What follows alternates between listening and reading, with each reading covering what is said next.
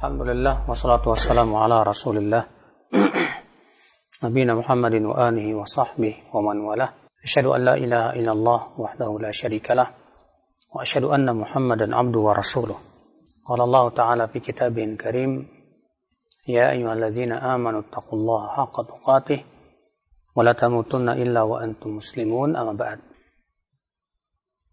Ikhwatul Islam, kita melanjutkan kajian kita An Ibnu Abbas radhiyallahu anhuma qala Rasulullah sallallahu alaihi wasallam li rajulin ya'idhuhu.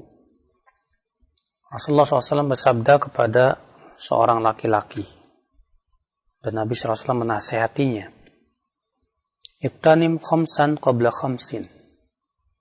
Gunakan 5 perkara sebelum 5. Syababaka qabla haramik. Itu masa mudamu sebelum masa tuamu. Wasihataka qabla saqamik. Masa sehatmu sebelum masa sakitmu. Wa ghinaka qabla faqrik. Masa kayamu sebelum masa kefakiranmu. Wa faraghaka qabla syughlik. Masa luangmu sebelum masa sibukmu. Wa hayataka qabla mautik. Dan masa hidupmu sebelum kematianmu. Dikeluarkan Imam Al-Hakim, dan Al-Hakim menyatakan sahih dan setuju Imam Adz-Dzahabi. Syekh Albani juga menyatakan hadis ini sahih atau hasan. Ya, walaupun sebagian ulama ada yang mendhaifkannya karena sanadnya mursal. Namun kalau kita memperhatikan hadis ini, hadis ini secara makna benar. Rasulullah SAW memberikan kepada kita nasihat untuk menggunakan waktu-waktu kita. Nabi SAW mengatakan, gunakan 5 perkara sebelum datangnya 5. Apa itu 5 perkara? Yang pertama yaitu masa muda. Karena masa muda adalah merupakan masa kuat. Allah berikan kepada kita kekuatan. Iya. Sementara masa tua semua sudah rapuh, tulang rapuh, sakit-sakitan dan yang lainnya.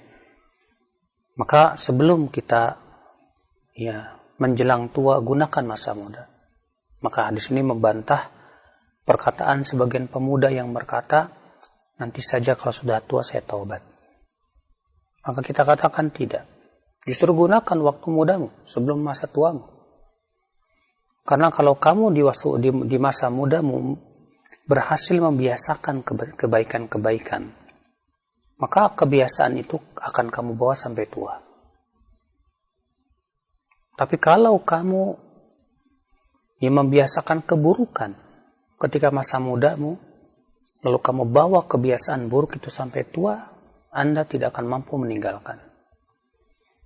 Kenapa? Karena kalau itu sudah menjadi kebiasaan dalam hidup, maka sulit sekali ya akhi untuk ditinggalkan. Maka ya akhi, saat kita masih muda, biasakan kebaikan. Jadikan kebaikan itu sebagai moto hidup kita. Ya, terlebih pemuda-pemuda yang tumbuh dalam ibadah kepada Allah adalah termasuk orang-orang yang Allah berikan naungan nanti pada hari kiamat. Di mana di hari itu tidak ada naungan kecuali naungan Allah Subhanahu wa Ta'ala saja.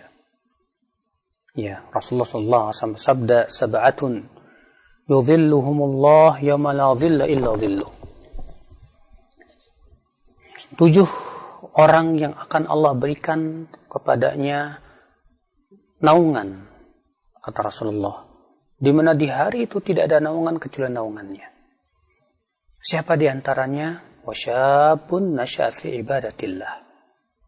Pemuda yang tumbuh dalam ibadah kepada Allah Subhanahu wa Ta'ala. Kenapa? Ya, tidak orang tua. Rasulullah menyebutnya pemuda. Karena pemuda itu masa kuat. Syahwatnya, tenaganya, hawa nafsunya. Makanya kebanyakan pemuda lebih senang untuk menghabiskan waktu untuk berleha-leha, bersenang-senang, menghabiskan waktu untuk hal-hal yang tidak ada manfaatnya.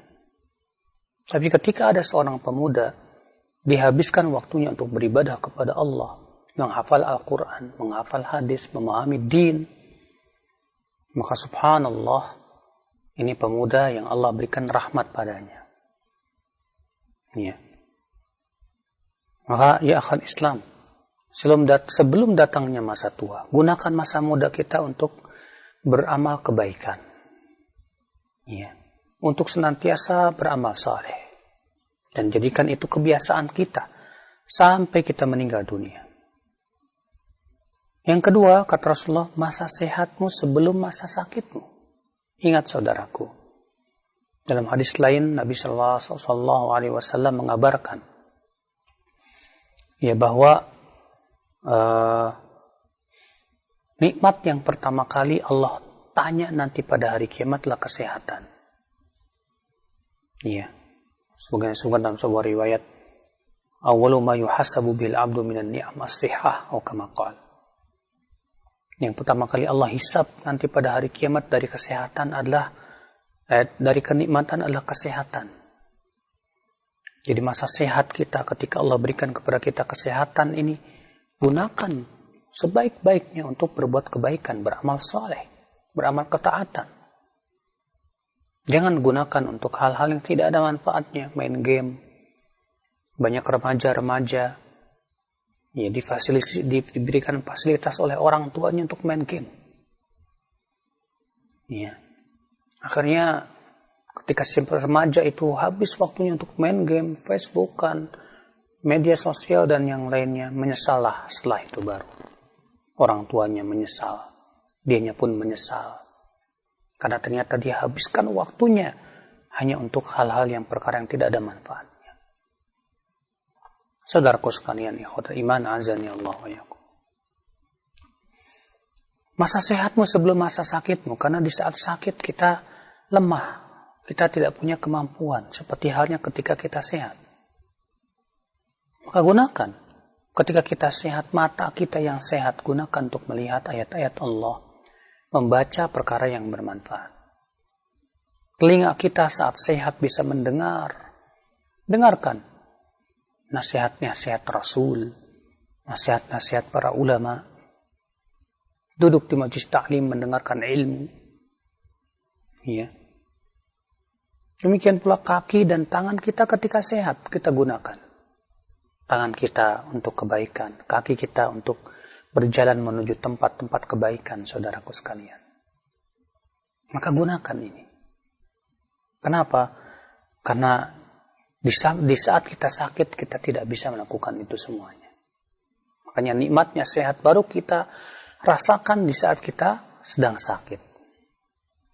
Wa ghinaka qabla faqrik. Dan masa kayamu sebelum masa miskinmu. Iya, makanya kamu hai orang kaya. Apakah kamu kira kamu akan kaya selancat terusnya sampai mati? Belum tentu. Iya, bisa jadi Allah cabut loh kekayaanmu dan kamu jadi jatuh miskin. Dan Allah Maha Kuasa atas segala sesuatu. Mudah bagi Allah. Maka syukurilah kekayaanmu sebelum kefakiranmu. Syukuri dengan cara apa? Berinfak, bersedekah, membantu orang-orang yang susah. Iya. Maka dengan cara itu insya Allah Allah berkahi harta kita. Maka di saat kita kaya, di saat kita punya harta, di saat kita punya uang, kita bisa berinfak, bisa membantu orang, membantu kebaikan-kebaikan. Gunakan waktu itu.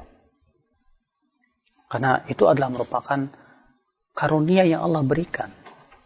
Karena di saat kita miskin, kita tidak bisa berinfak, tidak bisa bersedekah. Kalau dahulu di zaman Rasulullah SAW, fakir miskin datang kepada Rasulullah SAW mengadu. Mereka berkata, ya Rasulullah, dhahaba ahlud duthur bil ujur, yusalluna kama nusalli, wa yasumuna kama nasum, wa yatasaddaquna bifuduli amwalihim, wa la natasaddaq. Wahai Rasulullah, orang-orang kaya pergi membawa pahala banyak sekali ya Rasulullah. Mereka sholat sebagaimana kami sholat. Mereka berpuasa sebagaimana kami berpuasa. Tapi mereka bisa bersedekah, kami tidak. Subhanallah. Maka ya akhi, saat kita kaya jangan hamburkan uang untuk hal-hal yang tidak ada manfaatnya. Banyak orang-orang kaya ya yang tidak sadar bahwasanya uang yang Allah berikan kepadanya itu adalah titipan dari Allah Subhanahu wa ta'ala. Banyak orang-orang kaya yang kurang keimanannya kepada Allah Subhanahu wa ta'ala. Dia gunakan kekayaannya untuk hal-hal yang tidak ada manfaatnya, menghambur-hamburkan dalam maksiat terkadang, na'udzubillah. Iya. Maka ya akhi, azani Allah wa yakum, Rasulullah SAW di sini mengingatkan, gunakan masa kayamu sebelum masa fakirmu. Karena kamu, hai orang kaya, kamu tidak tahu barangkali Allah bisa saja mencabut nikmat kekayaan dari dirimu ketika kamu tidak mau mensyukuri kekayaanmu itu. Wa faraghaka qabla syughlik. Kemudian yang keempat, masa luangmu sebelum masa sibukmu. Karena ketika kita sibuk, ya bekerja sana sini, kita tidak bisa beramal saleh, tidak bisa ketaatan. Maka di saat luang itulah kita gunakan baik-baik untuk menaati Allah Subhanahu wa ta'ala. Untuk menuntut ilmu. Ya. Sebagaimana sudah kita bahas sebelumnya, sebelum hadis ini. Di mana Nabi SAW mengatakan, ada dua nikmat yang manusia kebanyakan tertipu. Apa itu? Yaitu waktu luang dan kesehatan. Banyak orang tertipu. Ya. Wa hayataka qabla mautik. Dan masa hidupmu sebelum matimu. Karena kalau kita sudah meninggal dunia, kita tidak lagi bisa beramal. Kalau kita sudah meninggal dunia, yang ada adalah pembalasan dalam kubur kita dan akhirat kita. Ya akhi, di kuburan kita sangat membutuhkan amal. Amal-amal kita. Karena yang akan menyelamatkan kita di kuburan dan di akhirat nanti adalah amalan saleh kita sendiri. Maka di saat kita masih hidup, saudaraku sekalian, gunakan untuk memperbanyak bekal-bekal amal kita yang akan kita bawa nanti ketika kita masuk liang lahat. Ketika kita di kuburan, kita sangat butuh ya ditemani oleh amalan saleh. Sebagaimana disebutkan dalam hadis riwayat Imam Ahmad dan yang lainnya. Ketika Rasulullah menceritakan tentang kematian orang mukmin dan kematian orang kafir. Di mana si mukmin dia bisa menjawab pertanyaan mungkar dan nakir. Lalu kemudian dibukakan, diperlihatkan kepadanya tempat duduknya di dalam surga. Lalu kemudian kata Rasulullah SAW, datanglah seorang laki-laki yang tampan rupawan. Lalu si mukmin ini bertanya, siapa kamu? Dia berkata, aku adalah amalanmu yang saleh. Subhanallah. Saudara-saudaraku sekalian, ikhwatul iman, azani Allah wa yakum. Kemudian kita masuk hadis berikutnya. Ad-dunya. Hakikat dunia. An Abi Hurairah radhiyallahu anhu qala Rasulullah sallallahu alaihi wasallam, Ad-dunya sijnul mu'min wa jannatul kafir. Dunia adalah penjara orang yang beriman dan surga untuk orang-orang yang tidak beriman, orang kafir. Dikeluarkan oleh Muslim di nomor 2956. Nabi Shallallahu Alaihi Wasallam menyebutkan bahwasannya dunia bagi orang yang beriman itu adalah penjara. Mukmin dipenjara oleh aturan-aturan Allah, dipenjara oleh perintah-perintah Allah. Untuk sholat, kita harus selalu sholat. Di waktu zuhur kita sholat, di waktu asar kita sholat, di waktu maghrib kita sholat, di waktu isya, ya, di waktu subuh kita sholat, bahkan di waktu malam kita dianjurkan untuk sholat. Demikian pula kita dianjurkan berpuasa, ya, puasa Ramadan. Demikian pula puasa-puasa sunnah yang lainnya. Demikian pula kita diperintahkan untuk zakat.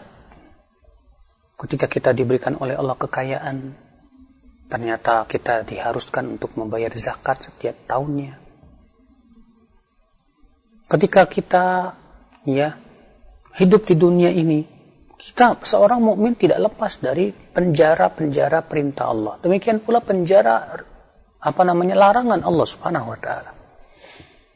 Dilarang makan riba, dilarang berzina, dilarang mendengarkan musik, dilarang untuk berleha-leha, dilarang untuk melakukan hal-hal yang tak berguna. Memang bagi orang yang tidak beriman, ini penjara, ini berat sekali. Ya, berat sekali. Makanya orang yang beriman itu, dia dipenjara dengan musibah-musibah dunia, dengan ujian-ujian, nestapa di dunia ini.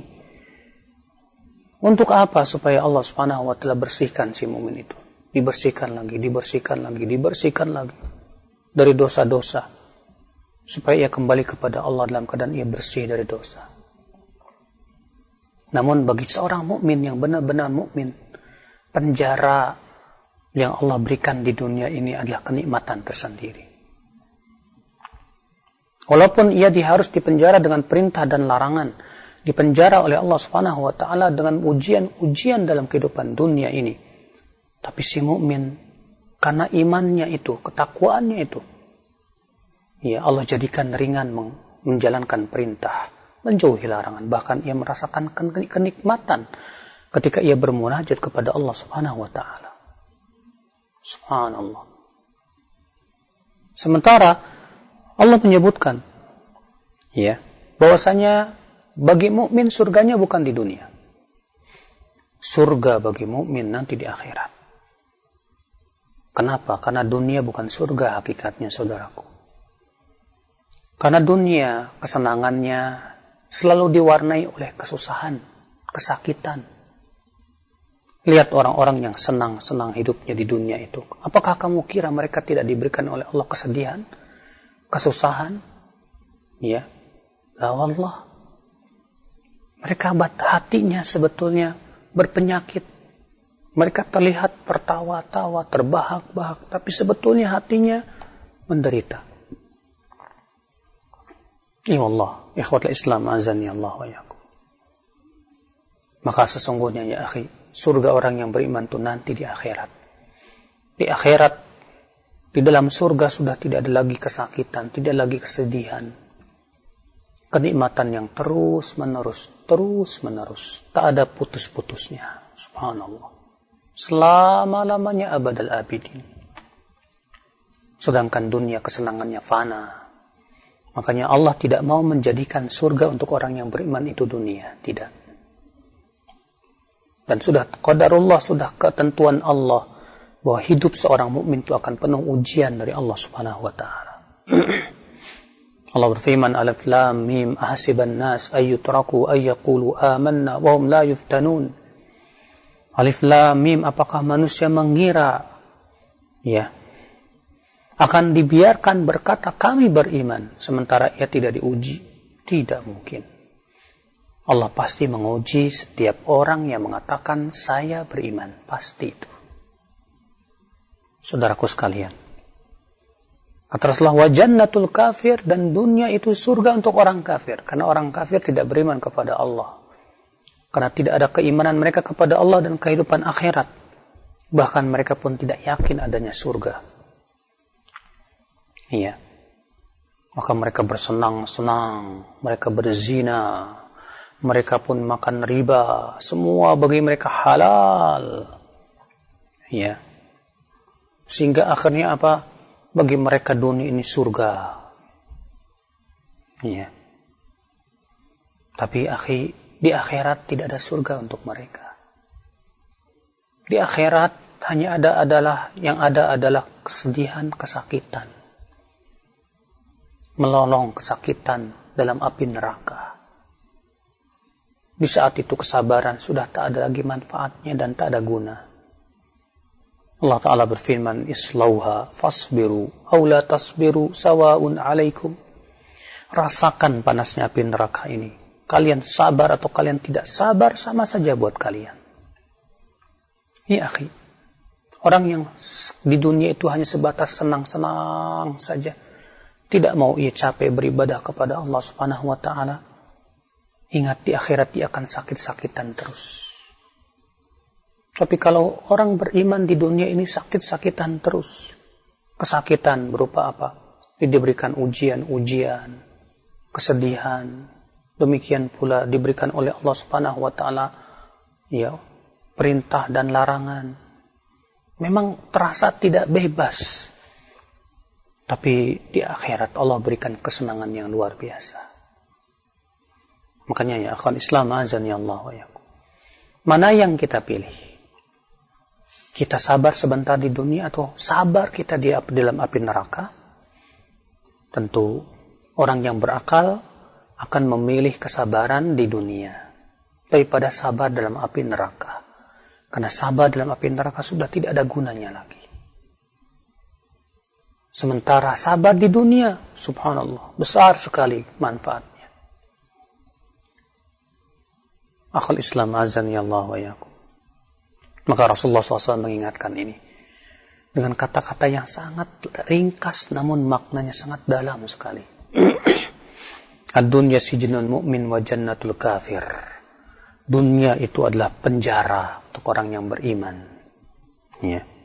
Penjara untuk orang yang beriman. Ya, terkadang ada ibu-ibu bertanya, Ustaz, saya mau pergi keluar kota harus pakai mahram. Berat, susah sekali rasanya. Nggak bebas saya. Saya harus berhijab. Bahkan juga dianjurkan pakai cadar. Tak bebas saya memperlihatkan kecantikan saya. Kita katakannya memang begitu, dunia itu memang penjara untuk orang yang beriman, saudaraku. Iya. Di surga nanti baru Anda akan diberikan oleh Allah kenikmatan yang luar biasa. Kalau kamu sabar di dunia ini. Maka ya akhul Islam, sabarlah ya. Untuk terus menaati Rabb kita. Wallahi penjara terindah itu adalah penjara dunia. Dengan menjalankan perintah Allah, menjauhi larangannya. Dan sabar menghadapi ujian-ujian. Karena itu adalah hakikatnya surga bagi orang yang beriman di dunia ini. Surga itu berupa mengenal Allah. Surga itu ya berupa cinta kepada Allah. Takut kepada Allah. Berharap kepada Allah. Sebagaimana Ibnu Taimiyah berkata, Inna fid dunya jannah lam yadkhulha man lam yadkhulha lam yadkhul jannatal akhirah. Sesungguhnya di dunia ini ada surga. Siapa yang tidak pernah memasuki surga ini, dia tidak akan memasuki surga akhirat. Apa itu saudaraku sekalian? Itu ma'rifatullah, mengenal Allah Subhanahu wa taala. Karena seorang mukmin ketika mengenal Allah, mencintai Allah, berharap kepada Allah, bertawakal kepada Allah, takut kepada Allah, dia gantungkan semuanya kepada Allah. Disitulah Allah akan berikan kepada hatinya kebahagiaan yang luar biasa.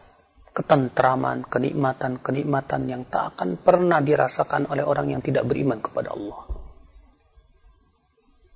Maka di saat itulah si mukmin akan merasakan manisnya iman. Dan kemanisan iman itulah yang menyebabkan ia kuat dan kokoh untuk menjalani penjara dunia ini. Ya, untuk menjalani perintah-perintah Allah, menjauhi larangan Allah.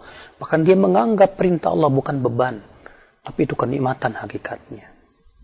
Subhanallah, ikhwatul iman azani Allah wa yakum.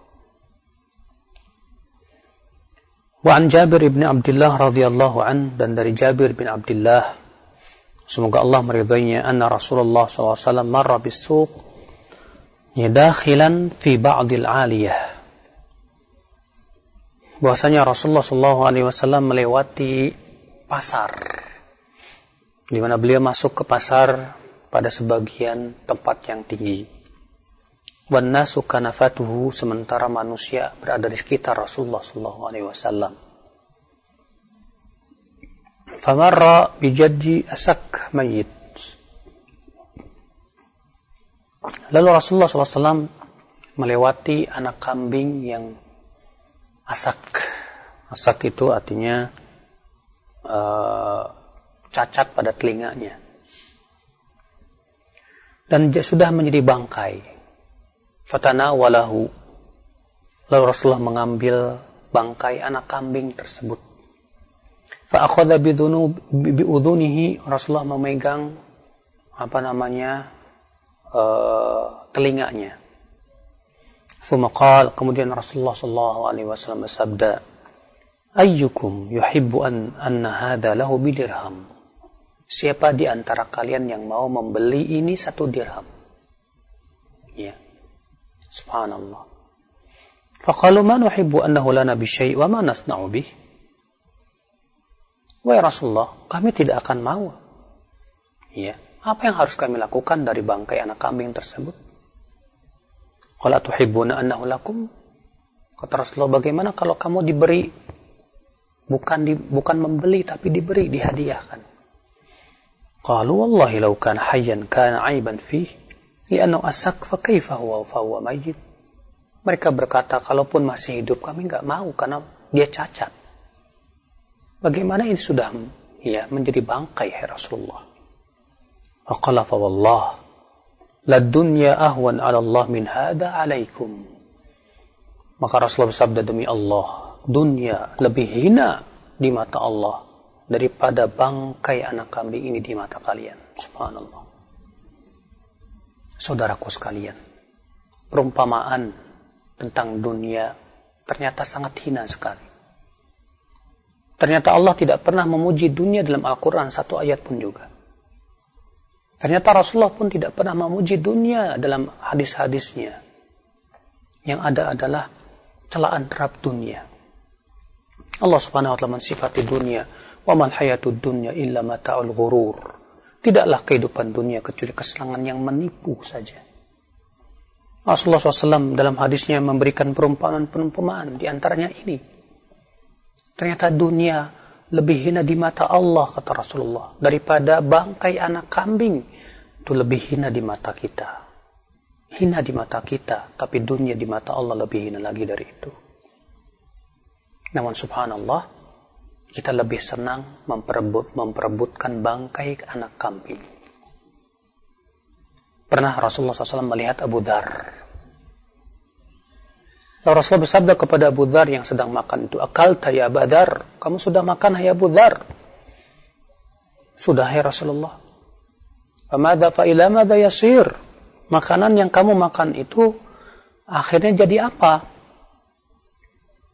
Kata Abu Dzar, ilama yasiru ilama qad arafta ya Rasulullah, kama qala. Ya, menjadi yang sudah engkau ketahui ya Rasulullah. Jadi kotoran. Kata Rasulullah SAW, inna ma kharaja min batni ahadikum qad daraba lid dunya mathala. Sesungguhnya kotoran yang keluar dari perut kalian itu telah memberikan perumpamaan tentang dunia. Subhanallah. Ternyata dunia itu, akhi, bagaikan kotoran manusia. Makanya naif sekali. Ya, aneh sekali kalau ada orang yang beramal saleh tujuannya hanya untuk mendapatkan sesuatu yang hina seperti kotoran. Amalan saya itu mulia, saudaraku. Iya. Sekarang kita mendengar ada orang berkata begini, mau mobil, sholawatin. Mau ini, sholawatin. Subhanallah ya akhi, sholawat lebih agung daripada urusan dunia. Jangan jadikan sholawatmu itu hanya sebatas untuk mendapatkan sesuatu yang hina. Rasulullah SAW memberikan motivasi lebih besar dari itu. Rasulullah bersabda, man shalla alayya wahida, sallallahu alaihi biha ashra. Ya, siapa yang bersalawat kepadaku 1 kali, Allah akan bersalawat untuknya 10 kali. Itu lebih baik daripada dunia dan seisinya, saudaraku sekalian. Ya, jangan sampai kita beramal soleh, bersalawat, tujuannya hanya sebatas ingin mendapatkan dunia yang hina, yang Rasulullah sebutkan dalam hadis ini, seperti bangkai anak kambing. Dalam hadis yang lain, seperti kotoran manusia. Kamu suka tidak? Kamu punya emas 1 kilo ditukar dengan kotoran manusia. Kamu tidak akan mau itu. Amalan soleh sangat mulia, saudaraku sekalian. Lalu kemudian kita harapkan darinya sesuatu yang hina. Yang pantas untuk amalan soleh adalah kehidupan akhirat, surga. Makanya Allah Subhanahu wa taala mengancam orang-orang yang beramal saleh tujuannya hanya ingin mendapatkan dunia. Allah berfirman dalam surat Hud ayat 15-16. Man kana yuridul hayatad dunya wa zinataha nuwaffi ilaihim a'malahum fiha wa hum fiha la yubkhasun. Ulaika alladziina laysa lahum fil akhirati illa an-nar wa habita ma sana'u fiha wa batilun ma kanu ya'malun. Barang siapa yang menginginkan kehidupan dunia, kata Allah, dan perhiasannya, kami akan berikan apa yang ia inginkan dari amalannya tersebut tanpa dikurangi sedikit pun juga. Ulaika alladzina laisa lahum fil akhirati illa an-nar. Tapi ingat, kata Allah, mereka dalam kehidupan akhirat nanti tidak akan mendapatkan apapun kecuali api neraka. Batal apa yang mereka amalkan dan sia-sia apa yang mereka usahakan. Subhanallah. Saudaraku sekalian, dunia itu hina, dan pandanglah dunia hina di mata kita. Kalau kita berhasil memandang dunia ini hina dan akhirat itu mulia, maka kita insya Allah tidak akan tertipu dengan dunia. Tapi ketika kita melihat dunia sesuatu yang segala-galanya, maka kita akan terus terombang-ambing dalam ombak dunia, fitnah dunia, gemerlapnya dunia, sehingga akhirat hati kita tak ada lagi keinginan kepada kehidupan akhirat. Makanya lihatlah saudaraku, para pecinta dunia, para pengejar dunia itu hampir semuanya berpaling dari akhirat. Sementara pencari akhirat, alhamdulillah, diberikan oleh Allah dunia. Saudaraku sekalian, ikhwatul iman, azani Allah wa iyyakum. Dalam hadis lain Rasulullah SAW mengumpamakan dunia. Lau kanatid dunya tazinu indallahi janaha ba'udah. Kalaulah dunia itu ya di sisi Allah sama timbangannya dengan sayap seekor nyamuk. Ma saqallahul kafiru ka'sa, maka Allah tidak akan mau memberikan orang kafir satu gelas air minum pun sekalipun juga. Subhanallah. Tapi di mata Allah dunia hina, saudaraku. Maka ya akhi, siapa yang di hatinya dunia itu hina, dia akan zuhud dalam kehidupan dunia. Yang diharapkan adalah akhirat. Tapi siapa yang di hatinya dunia itu sesuatu yang besar dan agung, akhirat menjadi kecil di matanya. Bahkan terkadang ia tidak butuh kehidupan akhirat. Bahkan dia benci kepada orang-orang yang mencari akhirat. Dianggapnya radikal dan yang lainnya. Saudaraku, ikhwatul iman, azani Allah wa iyyakum. Cobalah kita periksa hati kita. Kalau kita ingin tahu mana yang lebih agung di hati kita, dunia atau akhirat, coba kita lihat saat kita mendengarkan adzan. Ketika kita mendengarkan adzan, hayya 'alas shalah, hayya 'alal falah, hati kita langsung bergegas ingin mendapatkan pahala besar, keberuntungan dari sholat, segera pergi ke masjid untuk mendapatkan pahala yang besar. Berarti Masya Allah, di hati kita dunia itu sesuatu yang tidak besar, akhirat itu lebih besar. Tapi ketika dipanggil adzan, hati kita tidak tergerak, tidak ada motivasi. Sementara ketika kalau dipanggil nanti, kalau habis sholat, akan ada pembagian setiap orang 1 juta. Langsung kita pergi, lari sekencang-kencangnya ke masjid. Berarti saudaraku, itu menunjukkan dunia lebih besar di hati kita. Wallahi akhwat Islam, ini musibah. Jangan sampai akhi, pahala dunia itu lebih berharga di mata kita daripada pahala akhirat. Wallahi dunia itu sesuatu yang hina di mata Allah. Iya, maka jangan kita pandang dunia itu sebagai sesuatu yang segala-galanya. Tidak. Pandanglah dunia sesuatu yang akan Allah hisab. Karena dunia ini, kata Ali bin Abi Thalib, halalnya itu hisab, haramnya itu mendatangkan azab. Subhanallah. Iya. Maka ya akhi, manakah yang kita inginkan? Apakah kita ingin menjadi anak-anak akhirat atau kita menjadi anak-anak dunia. Ali bin Abi Thalib berkata, ya, sesungguhnya akhirat itu akan pergi dan dunia akan datang. Dunia akan pergi dan akhirat itu akan datang. Walikulli minhuma banun, dan setiap mereka ada memiliki anak-anak. Fakunu min abna'il akhirah, jadilah kalian menjadi anak-anak akhirat. Ya, jadilah kita menjadi anak-anak akhirat, saudaraku. Yang selalu kita pikirkan bagaimana saya bisa mendapatkan kehidupan akhirat. Bagaimana saya bisa aman nanti di akhirat. Bagaimana saya diberikan nikmat nanti di akhirat. Adapun aman di dunia, ya berakibat daripada apa? Takut nanti di akhirat. Sebagaimana dalam hadis qudsi Allah Ta'ala berfirman, La ajma'u li'ibadi al-amnaini wal khawfain. Aku tidak akan, kata Allah, aku tidak akan mengumpulkan untuk hambaku dua rasa aman dan dua rasa takut. Siapa di dunia aman dari Allah, ia akan ketakutan nanti di akhirat. Tapi siapa yang di dunia takut kepada Allah, nanti di akhirat dia akan aman, subhanallah. Mana yang kita pilih? Kita tentu memilih dua-duanya. Sebagaimana Rasulullah minta, Allahumma atina fid dunya hasanah, wa fil akhirati hasanah, wa qina adzabannar. Tapi Allah sudah mengatakan tidak mungkin dikumpulkan dua aman. Yang pertama, siapa yang aman dari azab Allah di dunia? Orang yang merasa aman dari azab Allah, saudaraku, dia akan berbuat maksiat, dia tidak akan peduli dengan batasan-batasan Allah. Bahkan neraka pun bagi dia menjadi remeh. Maka orang seperti ini bagaimana akan aman nanti di akhirat, saat dia melihat dengan mata kepalanya api neraka yang menyala-nyala. Sementara orang yang di dunia ini takut kepada Allah, dia jalankan perintah Allah, dia jauhi larangan-larangan Allah, dia takut akan azab Allah ketika ia berbuat maksiat kepadanya. Maka di akhirat Allah akan berikan keamanan, subhanallah. Saudaraku sekalian, ikhwatal iman, azani Allah wa yakum. Jadi inilah, saudaraku, ternyata dunia itu sesuatu yang hina. Ya. Maka jadikanlah dunia itu sesuatu yang hina di mata kita dan di hati kita.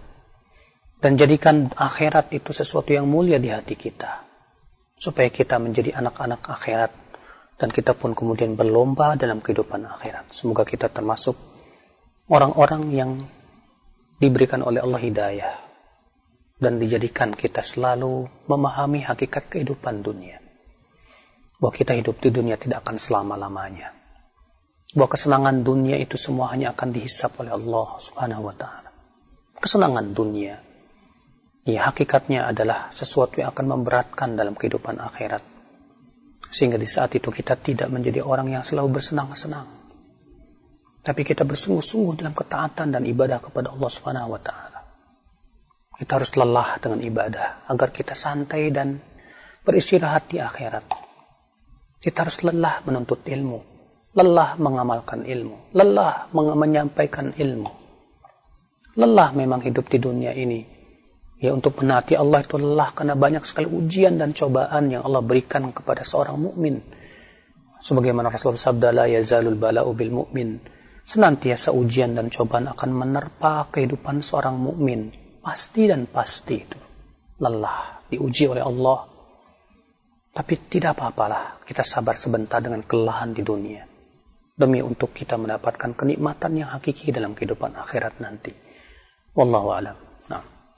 Insyaallah. Jazakallahu khair, barakallahu fik pada Ustaz yang sudah memberikan materi dari penjelasan kitab Mawaidhur Rasul. Sangat bermanfaat sekali apa yang telah kita simak bersama, faedah-faedah yang telah kita dapatkan. Ya, mudah-mudahan menambah keimanan kita dan kita dapat mengamalkan apa yang kita dapatkan tersebut. Baik, untuk selanjutnya kami buka sesi interaktif, sesi soal jawab bagi Anda para pemirsa atau pendengar dimanapun Anda berada yang ingin bergabung bersama kami untuk interaktif soal jawab. Silakan Anda bisa menghubungi kami di layanan telepon di 0218236543 atau Anda bisa mengirimkan pertanyaannya di layanan pesan singkat di 0819896543. Baik, kesempatan pertama kami angkat terlebih dahulu Ustaz di layanan pesan singkat. Ada beberapa atau dua pertanyaan yang senada dari seorang pemuda. Tidak sebutkan nama dan tempatnya. Assalamualaikum warahmatullahi wabarakatuh. Ya Ustaz, saya sedang menjalani pertaubatan, dan pertaubatan ini sangat berat dijalani Ustaz. Bayang-bayang kezaliman yang saya lakukan di masa lalu selalu menghantui. Terlalu banyak orang-orang yang terkena kezaliman saya, baik tangan maupun lisan. Lingkungan pun kurang mendukung. Apa yang mesti saya lakukan Ustaz agar hati ini merasa tentram dan tenang menjalani pertaubatan ini? Iya. Taubat adalah merupakan sesuatu yang nikmat yang paling berharga dalam kehidupan seorang hamba ketika Allah berikan padanya taubat. Maka dari itulah sabarlah di atas taubatmu sampai kamu meninggal dunia. Ingatlah bahwasannya setiap orang yang bertaubat kepada Allah pasti Allah akan ampuni dosanya. Sebanyak apapun dosanya itu selama ia terus bertaubat kepada Allah. Ya, Allah Ta'ala berfirman dalam hadis qudsi. Allah berfirman, "Ya ibn Adam, law balagat dhunubuka anana as-sama' thumma astaghfartani, ghafartu lak." Wahai anak Adam, kalaulah dosamu memenuhi awang-awang, ya langit sana, kemudian kamu minta ampun kepadaku, aku pasti ampuni kamu. Subhanallah. Allah juga berfirman dalam surat Az-Zumar, "Qul li'ibadiyal ladzina asrafu 'ala anfusihim la taqnatu min rahmatillah. Innallaha yaghfiru dzunuba jami'a. Innahu huwal ghafurur rahim." Katakan kepada hamba-hambaku yang melampaui batas itu, janganlah mereka merasa putus asa dari rahmat Allah. Sesungguhnya Allah mengampuni seluruh dosa. Dan sesungguhnya Allah Maha Pengampun lagi Maha Penyayang. Maka dengarkanlah ayat-ayat dan hadis tadi. Siapapun yang bertaubat kepada Allah dan minta ampun dengan kejujuran dari hatinya, bahwa hatinya memang betul-betul jujur ingin taubat kepada Allah, Allah pasti ampuni. Dan di antara kejujuran taubat seseorang yaitu meninggalkan sebab-sebab yang menyebabkan ia jatuh kepada dosa. Apa di antaranya? Dia harus hijrah dari tempat yang dia berbuat dosa di situ. Jika ia berada di lingkungan yang tidak mendukung, lingkungan yang penuh banyak maksiat di situ yang menyebabkan kalau ia bertaubat akan kembali lagi kepada masa lalunya, maka di saat itu hendaklah ia pergi mencari tempat lain yang di situ banyak orang-orang saleh untuk beribadah kepada Allah di sana. Ya, itu adalah tanda kejujuran taubat dia. Sebagian disebutkan dalam hadis. Nabi sallallahu alaihi wasallam bersabda, "Qad kana fi man kana qablakum rajulun qatala 99 nafsa." Ya, kata Rasulullah, sungguh di zaman sebelum kalian ada seorang laki-laki yang sudah membunuh 99 jiwa. Bayangkan. Fasa'ala an a'lami ahli ard. Tapi dia ingin taubat. Tapi dia tidak tahu harus bagaimana. Maka dia bertanya kepada orang-orang. Fadulla ala abidin. Rupanya ia ditunjukkan kepada seorang ahli ibadah yang bodoh, yang tidak punya ilmu. Lalu ia bertanya, bahwa saya sudah membunuh 99 jiwa. Masihkah ada pintu taubat untuk saya? Orang ahli ibadah yang bodoh ini berkata, tidak ada. Rupanya marahlah si pemuda ini. Dibunuhnya lagi si ahli ibadah itu. Fakammala biha mi'ah. 100 jiwa sudah dia bunuh. Bayangkan, subhanallah. Tapi orang ini pengen taubat. Hatinya, nuraninya membawa dia untuk terus bagaimana saya ingin bertaubat. Maka ia tanya lagi kepada orang-orang. Fadulla ala rahibin. Kali ini ditunjukkan kepada seorang alim ulama. Subhanallah. Lalu kemudian dia bertanya, Innahu qad qatala mi'ata nafsan fahlau min taubah. Saya sudah membunuh 100 jiwa. Apakah masih ada pintu taubat untuk saya? Kata ulama ini, faman yahulu bainaka wa bainat taubah. Apa yang menghalangi engkau dari taubat? Intalik ila ka'adhi kada wa kada, fa inna biha unasun salihun, wa'budillah ma'ahum. Pergilah kamu ke negeri sana, di mana di sana banyak orang-orang saleh. Beribadalah kamu kepada Allah bersama mereka di sana, dan tinggalkan negerimu yang rusak itu. Rupanya dia memang jujur ingin taubat. Pergilah ia ke negeri yang disebutkan tadi. Namun qadar Allah, di tengah jalan ia meninggal dunia. Akhirnya bertengkarlah dua malaikat, malaikat rahmat dan malaikat adab. Malaikat adab berkata, ini orang tidak pernah beramal saleh sedikit pun juga. Karena dia baru bertaubat langsung meninggal. Kemudian malaikat rahmat berkata, tapi dia datang karena untuk bertaubat kepada Allah. Sampai dua malaikat ini bertengkar. Siapa yang akan mengambil nyawa si hamba ini? Lalu Allah pun kirimkan malaikat lain berbentuk manusia. Lalu kemudian malaikat itu berkata, coba kalian ukur. Kemana ia lebih dekat? Ke negeri yang ia tinggalkan atau ke negeri yang ia tuju? Maka kemudian dua malaikat itu pun mengukur. Lalu Allah berfirman, ke negeri yang dituju, wahai negeri, mendekatlah. Ya. Lalu kemudian ternyata lebih dekat kepada negeri yang dituju 1 jengkal. Subhanallah. Lalu ia diambil oleh malaikat rahmat. Lihat, pemuda ini sudah membunuh 100 jiwa. Tapi dia jujur, dia ingin taubat kepada Allah. Dia jujur. Ketika disuruh ya untuk meninggalkan tempatnya yang rusak, dia segera pergi. Maka ia pun itu menunjukkan akan kejujuran taubat, saudaraku. Adapun kita bertaubat, tapi kita tidak mau meninggalkan tempat kita yang rusak, yang berakibat kita akan kembali lagi. Itu menunjukkan kurangnya kejujuran taubat kita kepada Allah. Iya. Maka bersungguh-sungguhlah kita bertaubat. Tinggalkan semua perkara yang bisa menyebabkan kita jatuh dan terjerembab kepada dosa yang lama. Ya. Karena na'udzubillah, kalau jangan sampai kita meninggal dalam keadaan su'ul khatimah, ya akhi. Wallahu a'lam. Nah.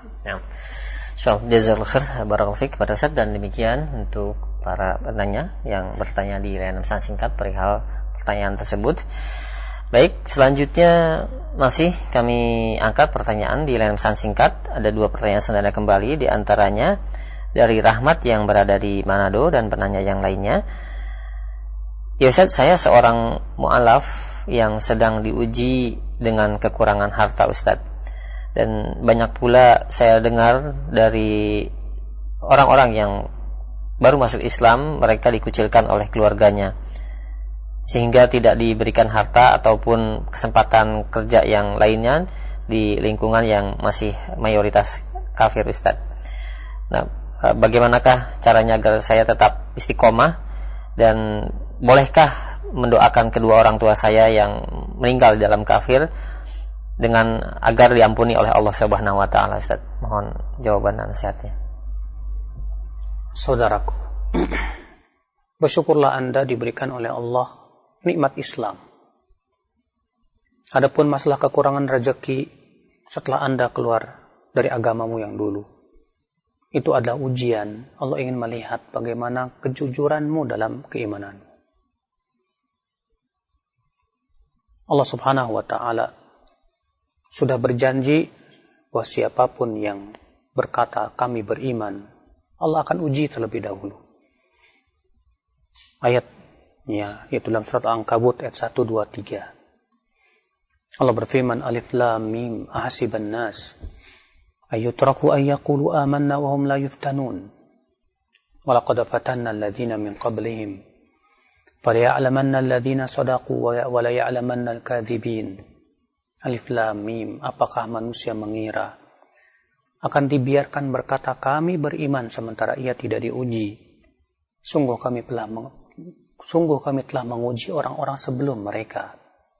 Dengan ujian itu kami mengetahui siapa yang jujur imannya dan siapa yang dusta keimanannya. Berbahagialah Anda diberikan oleh Allah Subhanahu wa taala nikmat Islam. Rasulullah bersabda, "Tuba liman aslam wa ruziqa kafafan." Ya. Wa qanna'ahu Allah bima ata'ah. Berbahagialah kata Rasulullah, tuba, pohon di surga. Bagi siapa? Bagi orang yang masuk Islam dan diberikan rezeki yang pas-pasan. Ya. Dan diberikan oleh Allah hati yang qanaah, merasa puas dengan yang ada. Maka sungguh orang seperti ini diberikan sesuatu yang luar biasa. Maka saudaraku sekalian, istiqomahlah, kuatkan, ya, dan mintalah kepada Allah, berdoa, ya muqallibal qulub tsabbit qalbi ala dinik. Wahai yang membolak-balikan hati, kuatkan hatiku di atas agamamu. Terus mintalah kepada Allah Subhanahu wa taala kekokohan, kekuatan. Karena Anda masuk Islam bukan karena dunia, bukan? Anda masuk Islam bukan karena dunia.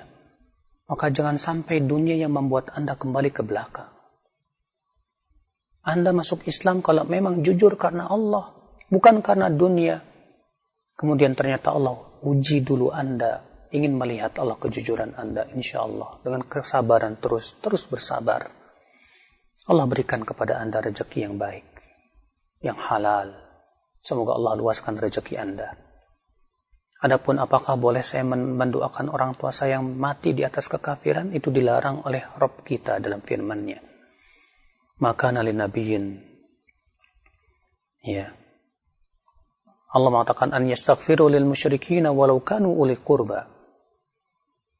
Tidaklah sepantasnya untuk orang yang beriman, untuk nabi dan orang yang beriman untuk memohonkan ampunan, ya, kepada, ya, orang tua yang sudah meninggal, walaupun juga kepada karib kerabat, ya, min ba'di ma tabayyana lahum, setelah jelas kepada mereka annahum ashabul jahim, bahwasanya mereka penduduk api neraka jahanam. Artinya setelah jelas mereka mati di atas kekafiran, maka tidak boleh kita mohonkan ampunan untuk mereka. Dilarang oleh Allah dalam surat At-Taubah.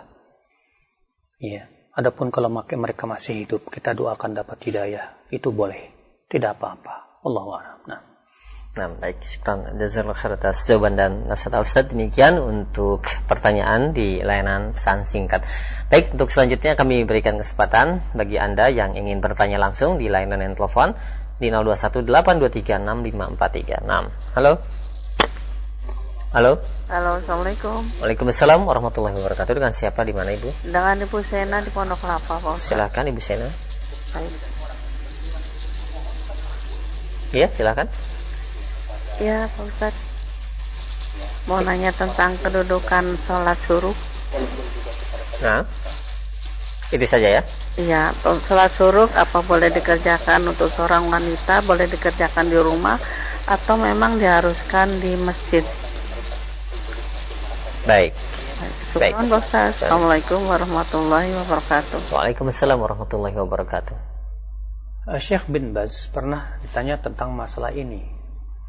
Beliau mengatakan bahwa wanita ketika di rumah sholat fajar, sholat subuh, ia berzikir kepada Allah sampai matahari terbit.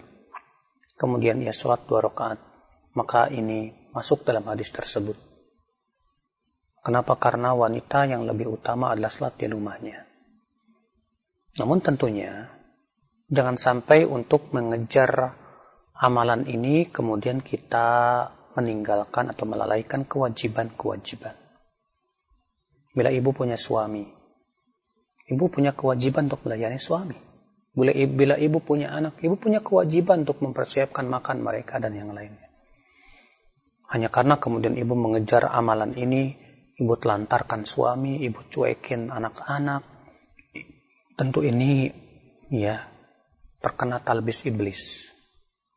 Karena diantara, kata Ibnu Qayyim, diantara tata cara iblis menggoda manusia disibukkan dengan amalan-amalan yang tidak lebih utama untuk meninggalkan amalan yang lebih utama. Perkara yang wajib lebih utama. Sementara ini yang sunnah. Maka dari itulah ya seorang mukmin harus faqih. Jangan sampai ia terkena jaring-jaring iblis. Dia mengejar-ngejar yang sunnah, tapi dia tinggalkan yang wajib-wajib. Ya.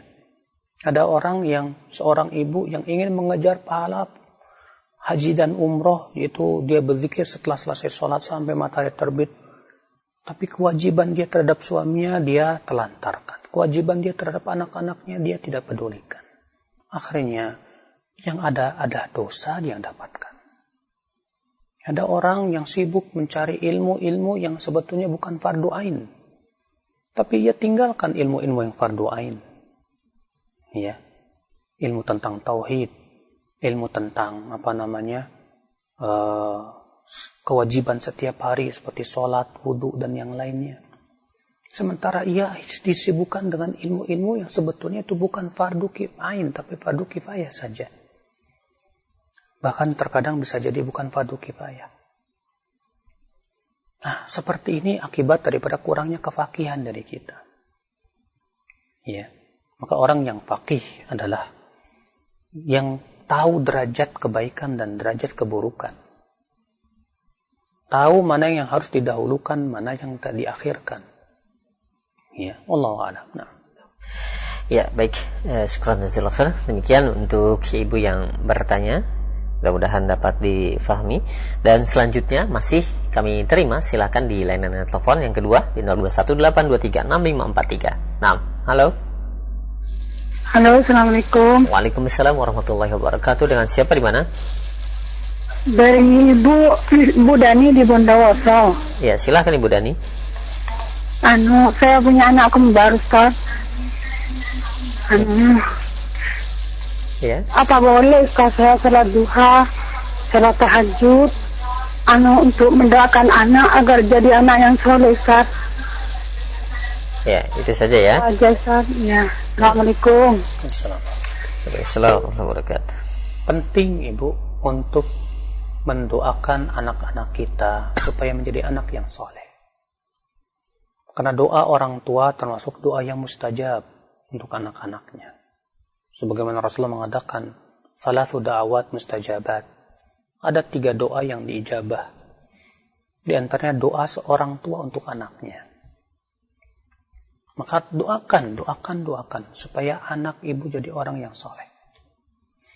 Sebagaimana dulu juga para nabi berdoa, Rabbi habli minas salihin, ya Allah berikan aku anak-anak yang saleh. Iya. Maka ibu doakanlah. Setiap ibu tahajud dalam sujud, ketika ibu sholat wajib dalam sujud, ketika ibu sholat duha dalam sujud, demikian pula waktu-waktu mustajab. Ya, kita doakan, ya Allah, jadikan anakku anak-anak yang saleh. Ya, jadikan anak-anakku, jagalah mereka, ya Allah, dengan penjagaanmu. Jadikan mereka orang-orang yang takut kepadamu. Ya, subhanallah, karena anak yang saleh itu, subhanallah, kenikmatan yang agung yang Allah berikan. Karena kalau anak kita saleh, dia di dunia akan memberikan baktinya kepada kita. Di akhirat, ketika kita sudah meninggal dunia, amalannya pun akan terus mengalir kepada kita. Namun tentunya Ibu, kalau kita ingin punya anak soleh, mulailah dari diri kita juga. Ibu punya 2 anak yang kembar, alhamdulillah. Ibu ingin punya anak yang soleh dan Ibu selalu mendoakan agar anak 2 yang kembar ini jadi anak yang soleh. Tapi Ibu sendiri tidak soleh, bagaimana? Sementara ibulah yang akan menjadi panduan, ya, suri tauladan mereka ketika mereka tumbuh. Maka ibu harus bisa memberikan contoh yang terbaik untuk anak-anak. Mulai dari sendiri-sendiri. Dengan banyak membaca Al-Quran. Dengan banyak melakukan ketaatan. Sehingga ketika si anak itu tumbuh melihat ibunya tahajud. Ketika si anak itu tumbuh melihat ibunya membaca Al-Quran. Maka dia akan meniru. Dia akan hidup di atas lingkungannya yang baik. Ya, nah demikian. Allahu a'lam. Nah, baik, syukuran jazakallahu khair atas jawaban Ustaz. Demikian untuk Ibu Dani yang bertanya. Dan selanjutnya kami beralih kembali di layanan pesan singkat Ustaz. Ya, ada pertanyaan dari seorang istri. Assalamualaikum, ya Ustaz, bagaimana caranya bertobat kepada dosa kepada suami yang telah meninggal, Ustaz. Karena semasa suami masih hidup, saya banyak berbuat dosa kepadanya. Saya sering menolak ajakan berhubungan dengan suami saya karena saya tidak mau lagi punya anak. Nah, bagaimanakah caranya bertobat karena suami yang sudah meninggal, dan apakah ada amalan yang dapat meringankan beban suami di dalam kubur tersebut, Ustaz? Mohon nasihat dan jawabannya. Tentunya, karena suami sudah meninggal dunia, dan kebanyakan orang baru sadar setelah meninggal. Waktu hidup tidak ada sadar-sadarnya. Setelah meninggal baru menyesal. Ya, kenapa saya dulu? Kenapa begini? Kenapa begitu? Pas dia masih hidup boro-boro. Ya. Maka setelah meninggal, suami meninggal, bagaimana yang harus saya lakukan untuk dia dong? Ya, ketahuilah ibu, dosa ibu sangat besar terhadap suami. Sampai-sampai Allah melaknat ibu ketika ibu menolak hubungan dengan suami. Ya, setiap malam ibu menolak hubungan, malaikat-malaikat melaknat ibu sampai pagi. Na'udzubillah min dzalik. Tapi ibu tidak boleh berputus asa dari rahmat Allah. Ibu harus terus berusaha, minta ampun kepada Allah. Yang pertama istighfar, mohon ampun kepada Allah. Iya, terus istighfar. Yang kedua, ibu bisa bersedekah mengatasnamakan suami. Ya, supaya sedekah itu amalannya terus mengalir kepada suami. Yang ketiga, terus berusaha mendoakan agar Allah ampuni dosanya. Dan yang terpenting, ibu minta ampun kepada Allah. Ibu yang bertaubat kepada Allah. Iya, karena dosa ibu bukan hanya kepada suami, tapi kepada Allah masalahnya. Kalau ibu sekarang mikirin bagaimana saya supaya memperbaiki terhadap suami, karena suami saya meninggal, saya dulu, ya, tapi perbaiki dulu juga ibu kepada Allah. Masalahnya ibu sudah melanggar perintah Allah. Masalahnya ibu sudah mendapat laknat para malaikat. Maka ibu taubat kepada Allah, istighfar kepada Allah, minta ampun kepada Allah. Terus minta ampun, istighfar, terus istighfar. Ya. Kemudian mohonkan ampun buat suami ibu. Allahu a'lam. Nah, baik, syukuran jazakallahu khair atas jawaban Ustaz. Demikian untuk yang bertanya, mudah-mudahan nasihat yang bermanfaat untuk kita semua. Dan selanjutnya kami angkat kembali di layanan pesan singkat. Ya, ada pertanyaan, ya Ustaz, adakah karma di dalam Islam, Ustaz? Jika memang tidak ada, bagaimana menjelaskan kepada mereka yang sering mengatakan bahwa karma itu ada, dan bagaimana pula dengan pernyataan bahwa balasan sesuai dengan amal, Ustaz? Apakah hal tersebut juga sama dengan apa yang disebut karma? Hukum karma, apabila kita melakukan dosa, nanti anak akan berbuat dosa seperti yang kita lakukan. Kalau itu maknanya adalah, maka ini ditolak oleh Al-Quran. Allah berfirman, "Alla taziru waziratu wizra ukhra." Seseorang tidak akan menanggung dosa orang lain. Namun, terkadang kita ditimpa musibah yang menimpa orang lain. Saat kita melihat seseorang ditimpa musibah, lalu kita mentertawakannya, biasanya kita akan ditimpa seperti yang ditimpa oleh dia. Disebutkan dalam hadis Nabi SAW, "Man ra'a mubtala," siapa yang melihat orang yang ditimpa musibah, lalu ia berkata, "Alhamdulillahilladzi afani mimma ibtalaka bihi wa faddalani ala katsirin mimman khalaqa tafdila." Ya, maka tidak akan ditimpa seperti yang menimpa orang tersebut. Lihat. Ya. Sebagian ulama juga mengatakan demikian. Aku khawatir bila aku melihat orang yang ditimpa musibah, kemudian aku mentertawakannya untuk ditimpa sama dengan itu. Walaupun itu aku melihatnya adalah binatang. Kucing misalnya. ataupun kera ataupun yang lainnya. Kemudian kita tertawakan karena dia ditimpa musibah. Ya, khawatirnya kita kena juga. Maka dari itu Rasulullah mengajarkan kepada kita doa. Ya, ketika kita melihat misalnya teman kita pincang, kemudian kita tertawakan, si pincang. Suatu ketika bisa loh Allah jadikan kita pincang.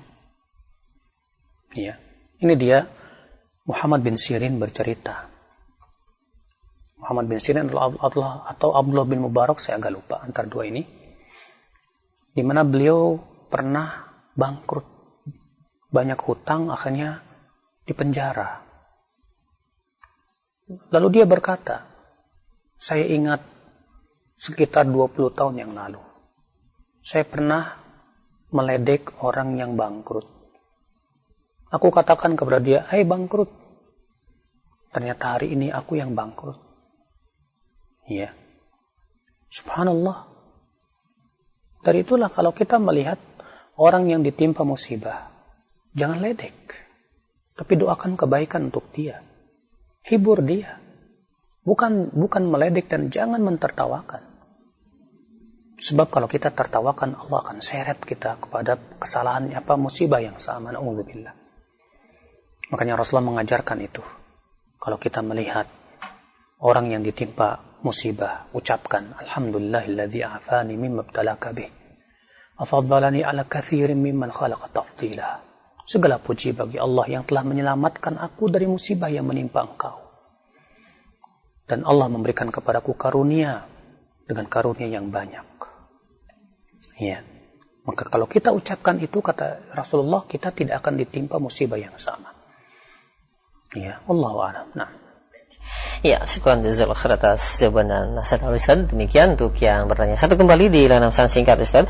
Ya, ada pertanyaan dari seorang pemuda. Ya Ustaz, saya seorang pemuda yang hobi mengisi waktu dengan melatih bela diri.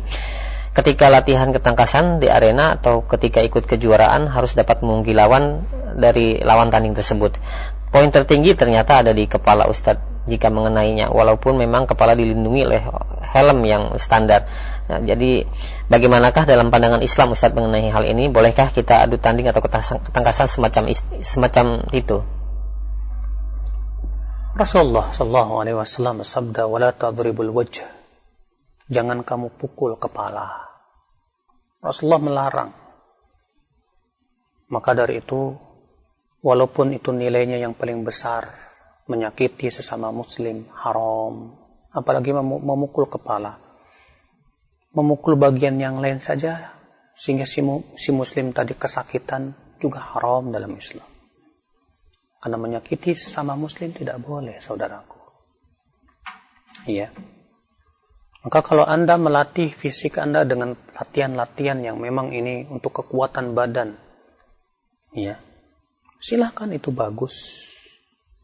Adapun kemudian sampai menyakiti orang lain, menyakiti badan seorang muslim, maka ini haram dalam Islam.